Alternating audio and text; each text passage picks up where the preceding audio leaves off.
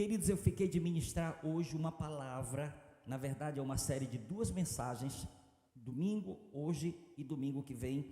O tema da nossa palavra é, libera esse tema para a gente aí, por favor.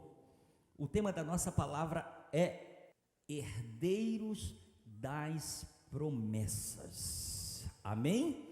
Este é o tema da nossa palavra, que vai ser uma primeira parte hoje. Domingo que vem nós vamos estar concluindo, em nome de Jesus. Eu quero que você me acompanhe, eu preciso que você me dê muita sua atenção, porque a gente vai trabalhar aqui um entendimento, organizando para que a gente chegue a esse ponto, ok? Então é como se fosse um quebra-cabeças montados. Eu estava falando com o pastor Rubenilson que esta é a mensagem mais fácil de montar os slides, porque é só texto bíblico, uma série de texto bíblico, e você vai me acompanhar, e eu quero que você preste muito atenção nisso, porque eu creio que Deus vai falar o nosso coração, amém? Eu vou começar com o Evangelho de João, capítulo 1, versículos 12 e 13, ok? Evangelho de João, capítulo 1, versículos 12 e 13, que está escrito assim: mas a todos quantos o receberam, deu-lhes o poder de serem feitos filhos de Deus, a saber, aos que creem no seu nome, os quais não nasceram do sangue, nem da vontade da carne, nem da vontade do homem, mas de Deus. Amém? Mas a todos, vou repetir, mas a todos quantos o receberam, deu-lhes o poder de serem feitos filhos de Deus, a saber, aos que creem no seu nome, os quais não nasceram do sangue, nem da vontade da carne, nem da vontade do homem, mas de Deus. E ele fala literalmente de um nascimento espiritual, de um novo nascimento que acontece. Agora, preste atenção nisso aqui. É muito comum nós ouvirmos a seguinte declaração: todos nós somos filhos de Deus. Me ajude aí. Todos nós somos filhos de Deus. Mas preste atenção nisso aqui, que eu quero lhe falar em cima desta afirmação aqui, desta declaração. Eu falo isso com muito amor e carinho, que tal afirmação não é uma expressão da verdade. Quando nós declaramos que todos nós somos filhos de Deus, esta não é uma expressão da verdade bíblica. Eu falo isso com muito amor e carinho. Pastor, o que você usa como base para isso? Quero que você caminhe no entendimento comigo. Evangelho de João, capítulo 3, versículo 16, está escrito: porque Deus amou ao mundo de tal maneira que deu seu Filho unigênito. Se você for procurar no dicionário, no Aurélio, qualquer um dicionário, no Google, o que significa a palavra unigênito? Bem claro, único. E esse único é nascido, se você for ver, único nascido de Deus. Então Deus só tinha um filho. Pastor, e todos nós, criaturas de Deus, fomos criados por Ele, ok? É muito importante nós entendermos, caminharmos a partir desse entendimento. João 3,16, Deus amou o mundo de tal maneira que deu seu Filho unigênito. Romanos capítulo 8, versículo 29. Esse texto Paulo já diz: para que ele se tornasse o primogênito entre muitos irmãos. Então o que aconteceu? Deus tinha um filho e uma imensidão de criaturas. O filho abre mão do direito de ser o único, para que nos desse o direito para nos tornarmos seu filho, e ele passasse a ser o primeiro entre muitos irmãos. Até então era o único, mas ele, a partir do momento em que ele decide vir à terra, assumir a forma humana, ele está abrindo mão do direito de ser o único, para que ele passe a ser o primeiro entre muitos irmãos. Olhe para o seu irmão e diga: o seu irmão mais velho é bênção demais, aleluia, amém? Então, por que eu estou lhe falando isso? É para que a gente tenha esse entendimento daquilo que a palavra de Deus nos diz. Isso a gente procura falar com muito amor, porque o nosso desejo não é de ofender ninguém, mas é de esclarecer aquilo que a palavra de Deus nos fala. ok? A pergunta é: em que momento se cumpre João 1:12? Mas a todos quantos o receberam, quando nós praticamos Romanos capítulo 10, versículos de 8 a 10. Quando nós praticamos Romanos 10, de 8 a 10, está se cumprindo o que está no capítulo 1 de João, versículo 12. Olha o que fala Romanos 10, de 8 a 10. Porém, que se diz? A palavra está perto de ti, na tua boca e no teu coração. Isto é a palavra da fé que pregamos. Se com a tua boca confessares a Jesus como Senhor, e em teu coração creres que Deus o ressuscitou dentre os mortos, serás salvo. Porque com o coração se crê para a justiça e com a boca se confessa a respeito da salvação. Então preste atenção nisso aqui. É exatamente no momento em que nós confessamos a Jesus como nosso Senhor e cremos de todo o coração que Deus o ressuscitou dentre os mortos, quando nós admitimos publicamente que Jesus se tornou o nosso Senhor, neste momento nós recebemos o direito de nos tornarmos filhos de Deus.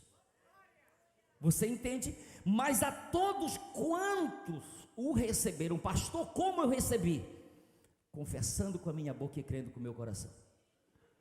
Porque um dia se cumpriu o Apocalipse capítulo 3, versículo 20, Jesus disse: eis que estou à porta e bato, se alguém ouvir a minha voz e abrir a porta, eu entrarei em sua casa, cearei com ele e ele comigo. Ele bateu, eu disse: Senhor, eu quero te receber como meu Senhor e meu Salvador, porque esse direito nos foi dado através de Jesus Cristo. Ele abre mão de ser o único para ser o primeiro. Então ele vem, assume a forma humana, aí ele abre mão disso. A partir de agora ele já é o primogênito, o primogênito entre muitos irmãos ele passa a ser. Então é a partir deste momento em que nós recebemos esse direito.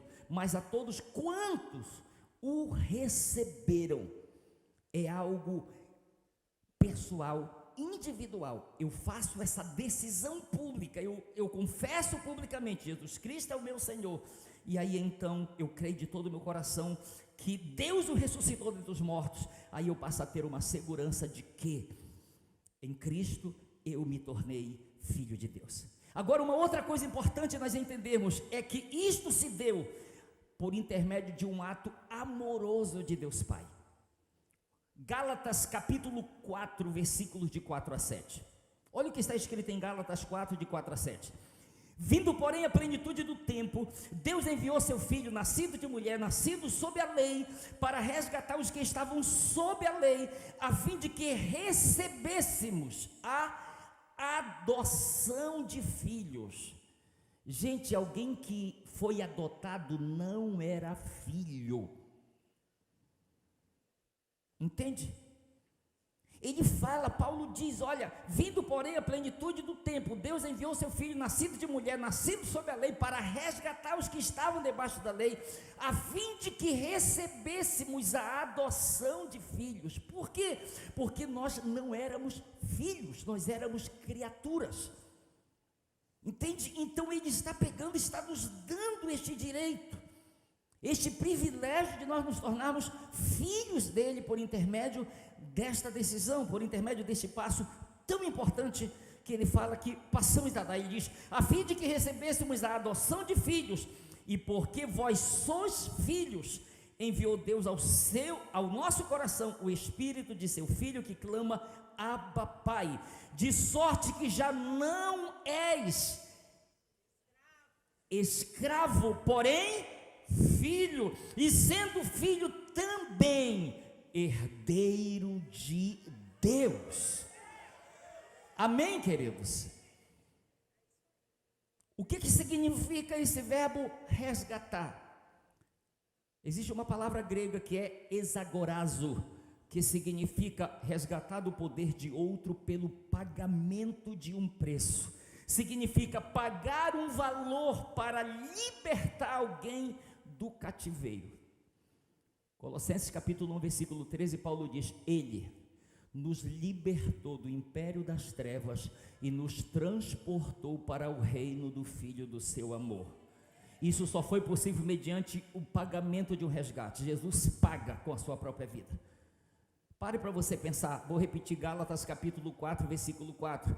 Vindo, porém, a plenitude dos tempos, Deus enviou o seu filho, nascido de mulher, nascido sob a lei. Nascido sob a lei, assim como qualquer outro. Nascido sob a lei, a fim de resgatar todos os que estavam debaixo da lei. Então ele se submete a tudo. A Bíblia diz que ele se tornou maldição em nosso lugar, porque nós nos tornamos malditos por não conseguirmos cumprir com a lei. Aí ele pega, assume a culpa que era nossa, ele paga o preço no nosso lugar, a fim de que nós fôssemos resgatados, para nós nos tornarmos propriedade exclusiva de Deus.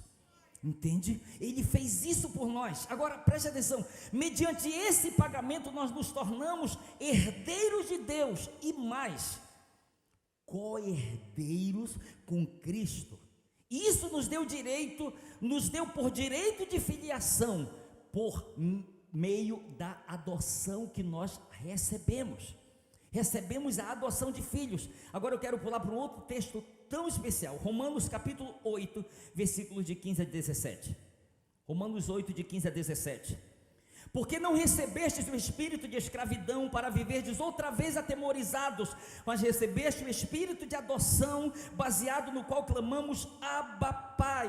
O próprio Filho testifica com o nosso espírito que somos filhos de Deus. Ora, se somos filhos, somos também herdeiros, herdeiros de Deus e co-herdeiros com Cristo. Se com Ele sofremos, também com Ele seremos glorificados. Preste atenção aqui, eu estou montando um quebra-cabeça.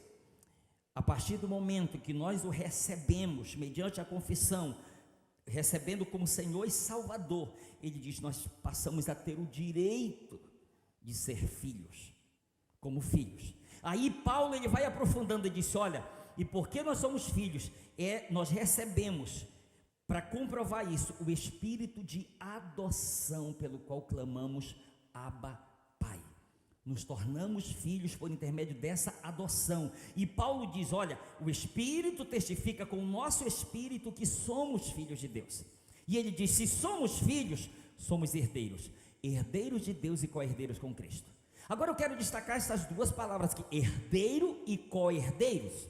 Preste atenção, a palavra herdeiro significa alguém que recebe por quinhão, por herança. No sentido messiânico, significa alguém que recebe a parte designada a ele por direito de filiação, alguém que tomou posse ou obteve a porção designada. Preste atenção, ele disse, você é herdeiro, você tem direito a uma porção designada pelo seu pai. Deu para entender? Sim ou não? Diga, se eu sou herdeiro, diga, eu passei a ter direito a tomar posse de uma porção que foi designada a mim pelo meu pai. Mas Paulo, ele não para aí, ele diz que nós somos herdeiros de Deus e co-herdeiro com Cristo. O que significa co-herdeiro? Co-herdeiro significa alguém que, juntamente com outros, obtém uma parte do todo.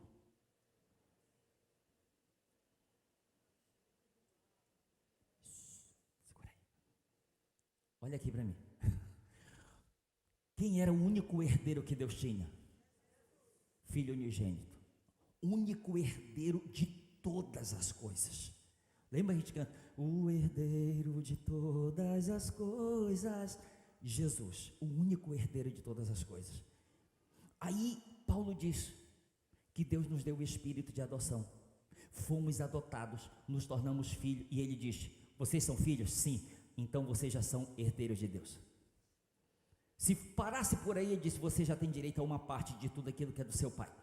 Mas ele não para, ele diz que você é herdeiro, e ele diz que também você é co-herdeiro.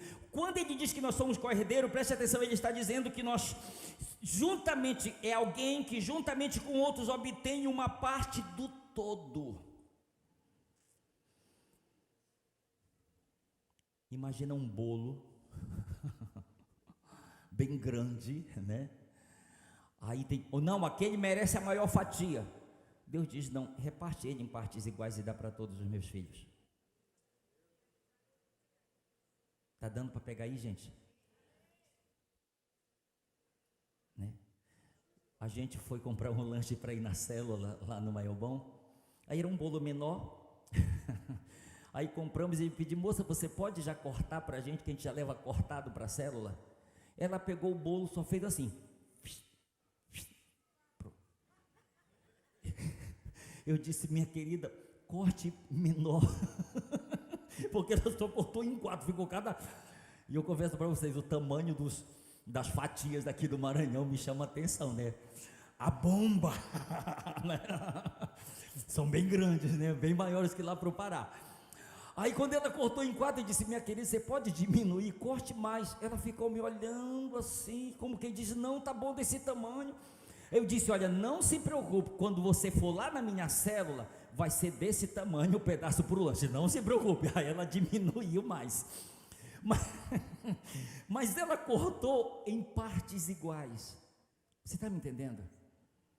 Co-herdeiro passa a ter direito em partes iguais, queridos. Entende? Passa a ter direito em partes iguais. Isso é muito importante que a gente entenda, escute, entenda isso aqui que é muito importante. Amém? Graças a Deus eu consegui introduzir a palavra.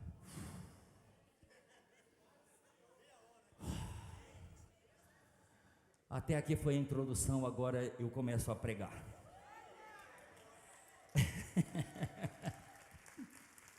Por que eu lhe digo isso? Preste atenção. Porque a partir desse momento nós passaremos a ver o que está escrito para os que se tornaram herdeiros de Deus e co-herdeiros com Cristo.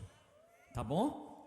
Entende? Eu estava montando aqui um negócio para você entender aonde estava lá no zero, e Deus pega, vem trazendo, vem, e chegou na posição certa. Agora você é herdeiro de Deus e co-herdeiro com Cristo. Ok. Agora, a partir desse ponto, eu quero falar com você um pouquinho sobre o que está escrito para aqueles que se tornaram herdeiros de Deus e co-herdeiros com Cristo, mediante João capítulo 1, versículo 12. Mas a todos quantos o receberam, deu-lhes o direito de se tornarem filhos de Deus. Ok? Romanos capítulo 8, versículos 31 e 32. Romanos 8, 31 e 32. Que diremos, pois, à vista destas coisas? Se Deus é por nós, quem será contra nós? Aquele que não poupou o seu próprio filho, antes por todos nós o entregou, porventura não nos dará graciosamente com ele todas as coisas? Pegou aí? Deus deu o filho. Porque você sabe o que tem acontecido? Olha, Deus tinha um único filho, gente. Ele está dando o mais importante. E as outras coisas? O mais importante eu já dei. As coisas não são mais importantes do que o filho. Então, se ele já deu o filho, as outras coisas elas vêm de reboque. Você entende? Se ele já deu o que tinha mais valor, infelizmente no mundo em que nós vivemos, as coisas elas têm mais valores do que as pessoas. Infelizmente. Mas Deus, ele nos mostra o contrário. O mais valioso ele deu. É como se ele dissesse: se eu já dei o mais valioso, você acha que eu vou te negar todas as coisas que são minhas? E que passaram a ser suas a partir do momento que você se tornou meu filho, minha filha, se tornou meu herdeiro, minha herdeira e co-herdeiro com o meu filho. Se eu já não te neguei o meu filho, pode contar que qualquer outra coisa eu não vou te negar. Amém, querido? Você está entendendo? Quem está me entendendo, por favor? Então preste atenção, ele diz: ele nos dará todas as coisas. Primeiro ele nos deu o mais importante. Aí depois ele diz: olha, eu vou te acrescentar todas as outras coisas também. Todas as outras coisas.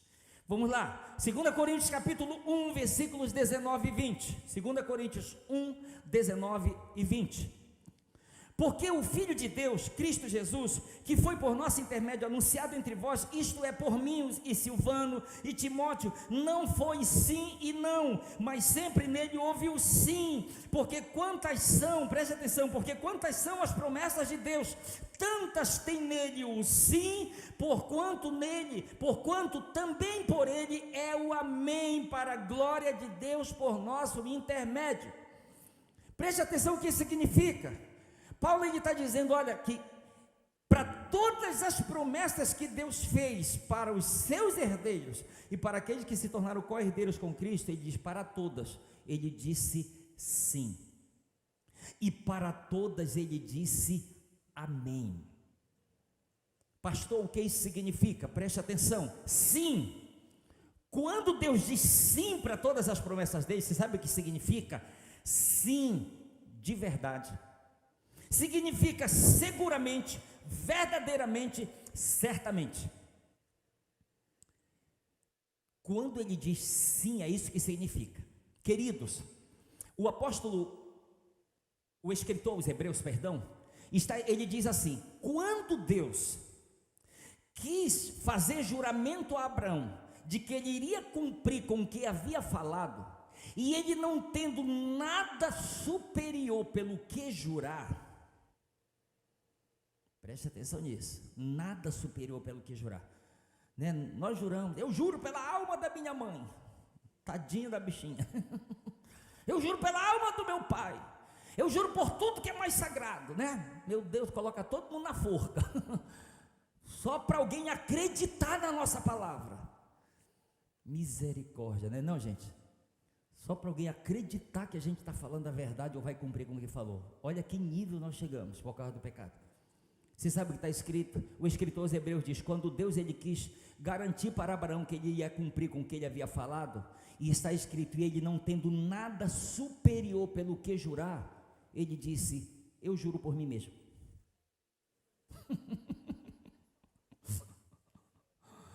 Entende? Não tem ninguém. Eu mesmo, eu juro por mim mesmo, estou penhorando o meu caráter e a minha palavra, eu juro por mim mesmo que eu vou cumprir com aquilo que eu estou te prometendo. Então o sim significa sim de verdade, seguramente, verdadeiramente, certamente. E o que significa o amém? O amém no começo de um discurso significa certamente, verdadeiramente, a respeito de uma verdade. Isso é no início do discurso. E no final de um discurso, o que significa amém? Às vezes a gente está orando com alguém e diz: olha, se você não souber orar, se você disser só um amém no final, meu Deus do céu, você já acompanhou toda a oração. E o que significa amém no final de um discurso? Ouça, no final de um discurso, amém significa assim é, assim seja, que assim seja feito. O costume, foi um costume que passou das sinagogas para as reuniões cristãs. Quando a pessoa, escute, que lia ou discursava, oferecia louvor solene a Deus, os outros respondiam amém. Olha o que eles estavam fazendo. Eles estavam fazendo que as palavras, que as suas, preste atenção, vou repetir para eu não confundir ninguém. Quando uma pessoa que lia ou discursava, oferecia louvores solenes a Deus, os outros respondiam amém, eles estavam fazendo suas as palavras do orador. Entende? Você já viu aquele negócio? A ver, está o casal, aí um fala, e eu vou passar para o outro. Não, eu faço das palavras dele das minhas. Não é assim? Eu concordo com tudo que ele fala, com tudo que ela fala. Olha aqui para mim. Quando Deus promete, e eu chego e digo amém, eu estou concordando com as palavras do orador. Pegou ou não? Eu estou dizendo, Senhor, que assim seja feito, assim é. Eu estou concordando, porque Deus em si, Ele já disse, olha, para tudo que eu falei tem o sim, para tudo que eu falei tem já o amém. Você entende? Não é o meu amém, é o amém de Deus primeiro. E o meu amém hoje é só para fazer as suas palavras, as palavras do orador, como se fossem as minhas palavras. E diga, eu não preciso acrescentar nada, eu só digo amém, porque ele já disse tudo. Você entende? Eu só digo amém porque tudo que eu precisava ouvir, ele já disse. Então isso significa, ouça, ao nos apropriarmos das promessas do Senhor, nós estamos dizendo, assim é, assim seja, que assim seja feito. Nós estamos fazendo que sejam nossas as palavras do nosso Deus, ou seja, aquilo que Ele falou. Quando eu digo sim, Senhor, quando eu digo amém, Senhor, eu estou concordando com aquilo que Ele já falou, aquilo que Ele já liberou. E lembre-se, Ele diz: eu não preciso jurar por ninguém, eu juro por mim mesmo, pelo meu caráter, pela minha palavra. Eu digo: eu vou cumprir com aquilo que eu falei, eu vou cumprir com aquilo que eu falei. Eu posso ouvir um amém seu? Agora, Efésios capítulo 1, versículo 13, caminhe comigo, Efésios 1, 13, olha o que está escrito: bendito Deus e Pai de nosso Senhor Jesus Cristo, que nos tem abençoado com toda sorte de bênçãos espirituais nas regiões celestiais em Cristo. Olhe para o seu irmão e diga: Ele já tem nos abençoado. É assim que está escrito, sim ou não? Bendito Deus e Pai de nosso Senhor Jesus Cristo, o qual já tem nos abençoado com toda sorte de bênçãos espirituais das regiões celestiais em Cristo. Olha aqui para mim, entenda isso aqui que eu quero lhe falar. Gente, quem já, não precisa dizer o que é, mas quem já foi abençoado por Deus de alguma forma aqui? Abençoado, levante, algum tipo de bênção. Todos nós podemos dizer: já fomos abençoados, sim ou não? Agora olha aqui para mim, e falar uma coisa que talvez você não sabe. Não quero julgar o seu conhecimento, mas você sabia que na Bíblia tem mais de 8.000 promessas de Deus para os herdeiros e co-herdeiros com Cristo? Vou repetir. Você sabia que na Bíblia tem mais de 8.000 promessas de Deus para os seus herdeiros e seus co-herdeiros? Se eu for colocar na caneta, eu digo: rapaz, você acha que eu recebi já umas 500? Mais 100, mais 200? Diga, mais de 8.000. Agora, a pergunta é então, porque muitas dessas bênçãos prometidas ainda não se manifestaram, ainda não se cumpriram para nós, herdeiros de Deus e co-herdeiros com Cristo? Por que ainda não se cumpriram? Hoje eu vou falar só sobre aquilo que eu acredito que pode ser o primeiro motivo. Aí o resto vai ficar para domingo que vem. Literalmente, Lucas capítulo 15, do versículo 25 ao 32. Lucas 15, de 25 a 32.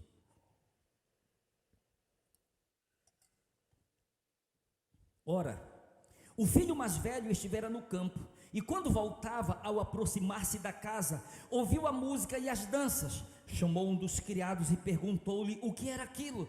E ele informou: veio teu irmão e teu pai mandou matar o novilho cevado, porque o recuperara com saúde. Ele se indignou e não queria entrar. Saindo, porém, o pai procurava conciliá-lo, mas ele respondeu a seu pai: há tantos anos que te sirvo, sem jamais transgredir uma ordem tua, e nunca me deste um cabrito sequer para alegrar-me com os meus amigos. Vindo, porém, esse teu filho, que desperdiçou os teus bens com meretrizes, tu mandaste matar para ele o novilho cevado. Então lhe respondeu o pai: meu filho, tu sempre estás comigo, tudo o que é meu é teu. Entretanto, era preciso que nos regozijássemos e nos alegrássemos, porque este teu irmão estava morto e reviveu, estava perdido e foi achado. Olha aqui para mim. Baseado nisso aqui, eu quero lhe falar aquilo que eu acredito que pode ser uma primeira razão para nós, como filhos de Deus, não estarmos experimentando tudo aquilo que Deus ele tem para a gente como filhos, como seus herdeiros e co-herdeiros. Preste atenção. Nesta parábola, o que nós vemos um filho com uma mentalidade de escravo, com uma mentalidade de servo, porque servo no original é escravo. Nós vemos aqui um filho, o filho mais velho, o texto é bem claro, o filho mais velho chegou, e esse filho ele está vivendo na casa de seu pai com uma mentalidade de escravo. Isto é um grande problema, isto é muito sério.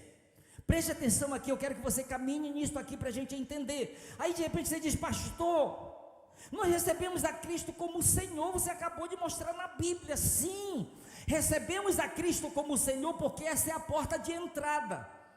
Porque a partir do momento que recebemos a Cristo como Senhor, nós recebemos o direito de nos tornarmos filhos de Deus. Por que eu lhe digo que isso é importante? Porque olha aqui para mim. Filho, sem reconhecer a autoridade do pai, faz pai e mãe de gato e sapato. Então a gente precisa olhar para ele como Senhor também, porque nós somos servos, nós fomos resgatados, amém? Nós somos servos, mas o que nós precisamos entender aqui é que a gente pode, como filhos, estar vivendo com uma mentalidade de servo, de escravo. Preste atenção aqui. O filho mais velho disse ao pai: há tantos anos que eu te sirvo sem jamais transgredir uma ordem tua. Era um filho que só estava servindo, era servo. Há tantos anos eu te sirvo. Pare para você refletir comigo, essa mentalidade de servo. Há tantos anos eu te sirvo. Segunda coisa que ele diz: nunca me deste um cabrito sequer para alegrar-me com os meus amigos. Ele estava dizendo: eu não tenho direito a nada. Eu não tenho direito, você nunca me deu um cabrito para eu comemorar, festejar com os meus amigos. O que é isso? Que eles é uma mentalidade de servo. Servo não tem direito, é escravo. Então é assim que ele está vivendo, com essa mentalidade. Eu nunca comi um cabrito porque eu não tenho direito. Terceira coisa que nós vemos aqui, ele diz: porém esse teu filho não é meu irmão. Esse teu filho, ele diz, desperdiçou os teus bens com meretrizes. Ele é teu filho, eu sou teu servo. Você entende? Ele está dizendo, eles eram irmãos, mas ele diz esse teu filho. Ele não diz esse meu irmão, ele diz esse teu filho. Então ele é filho, eu só estou te servindo aqui há muitos anos, não sem transgredir uma lei tua. Outra coisa que nós vemos aqui, que é muito importante, o pai aqui que nós observamos, o pai começa a trabalhar uma mudança de mentalidade. Você sabe por quê? Porque nos desertos de nossa vida, o diabo ele vem ao nosso encontro para questionar a nossa identidade. Guarde isso que eu estou lhe falando. Nos desertos da nossa vida, o diabo vem ao nosso encontro para questionar a nossa identidade. Se tu és o filho de Deus, se ele questionou a identidade de Jesus Cristo, não vai questionar a minha e a sua? Entende? Então o pai, preste atenção, ele começa a trabalhar essa mentalidade errada do filho. Qual é a primeira coisa que o pai diz? O pai diz assim: meu filho, tu estás sempre comigo. O pai não diz meu servo, o pai diz meu filho. Você pode estar me servindo, mas você é meu filho. Ele deixa muito claro, ele começa dizendo aqui, ele começa dessa forma: meu filho, tu sempre estás comigo. Ele diz, ele não chama de meu servo, ele chama de meu filho. O pai está fazendo o quê? Está reforçando a identidade desse homem aqui, desse rapaz, porque ele está vivendo na casa do pai sem uma identidade. Então ele está aqui reforçando essa identidade. Você não é servo, você pode ser, mas você é filho. E ele chama meu filho, ele deixa isso aqui muito claro, meu filho. Segunda coisa importante que ele fala aqui, ele diz, tudo que é meu filho, é teu. Tudo que é meu é teu. Ouça uma coisa que eu vou lhe dizer: servo não é herdeiro de nada, filho sim. Vou repetir, olha aqui para mim. O pai diz para o filho, tudo que é meu é teu. É como se ele dissesse, se você continuar com essa mentalidade de servo, você, nem um cabrito você vai ter. Vou lhe mostrar um texto bíblico aqui que é muito interessante, bem rápido. Gênesis capítulo 15, esse texto não está, eu quero mencionar bem rápido. Gênesis 15, de 2 a 4, olha o que está escrito. Respondeu Abrão: Senhor Deus, que me haverás de dar, se continuo sem filhos, e o herdeiro da minha casa é o Damasceno Eliezer? Disse mais Abrão: a mim não me concedeste descendência, e um servo nascido da minha casa será o meu herdeiro. A isto respondeu logo o Senhor, dizendo: não será esse o teu herdeiro, mas aquele que será gerado de ti será o teu herdeiro. O que Deus está dizendo: o teu servo não será teu herdeiro, o teu herdeiro será o teu filho. Você entende isso aqui? O Abraão está preocupado: eu não tenho filho, Senhor, então é o servo que vai ser o herdeiro. Deus diz: não é o servo, é o filho, porque eu vou gerar de ti um filho, é o teu filho que vai ser o teu herdeiro. Porque entenda isso aqui: servo não tem herança, servo não é herdeiro, herdeiro é o filho, é a filha. E o pai não está dizendo para o servo, o Senhor não está dizendo para o servo, é o pai dizendo para o filho: meu filho, tudo que é meu é teu. Amém? Está bem claro isso aqui, queridos? Meu filho, tudo que é meu é teu. E a terceira coisa que ele fala aqui, ele diz aqui: porque só pegando esse final, ele diz: porque esse teu irmão estava morto e reviveu, estava perdido e foi achado. Você sabe o que ele está dizendo? Você e esse teu irmão são meus filhos. Você não é servo e ele é filho, não. Você é filho e ele também é meu filho. Vocês são meus filhos e como filhos vocês são meus herdeiros também. Então, queridos, aonde é que eu quero trazer você? É que nós precisamos sair daqui nesta noite com uma mentalidade de filhos. Você entende? Nós precisamos sair daqui nesta noite com uma mentalidade de filho, porque se nós sairmos daqui com uma mentalidade de servo, a gente vai sempre estar sentindo a necessidade de fazer alguma coisa para agradar o nosso Senhor ou para receber alguma coisa do nosso Senhor.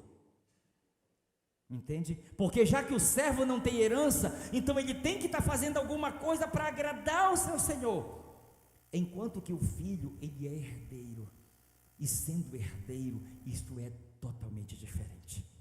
Amém?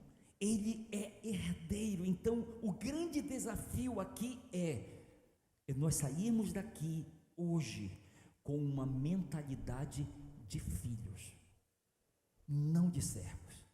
Entende? Porque se nós vivermos com uma mentalidade de servos, nós vamos viver aquém daquilo que um herdeiro e um co-herdeiro com Cristo pode viver e pode ter.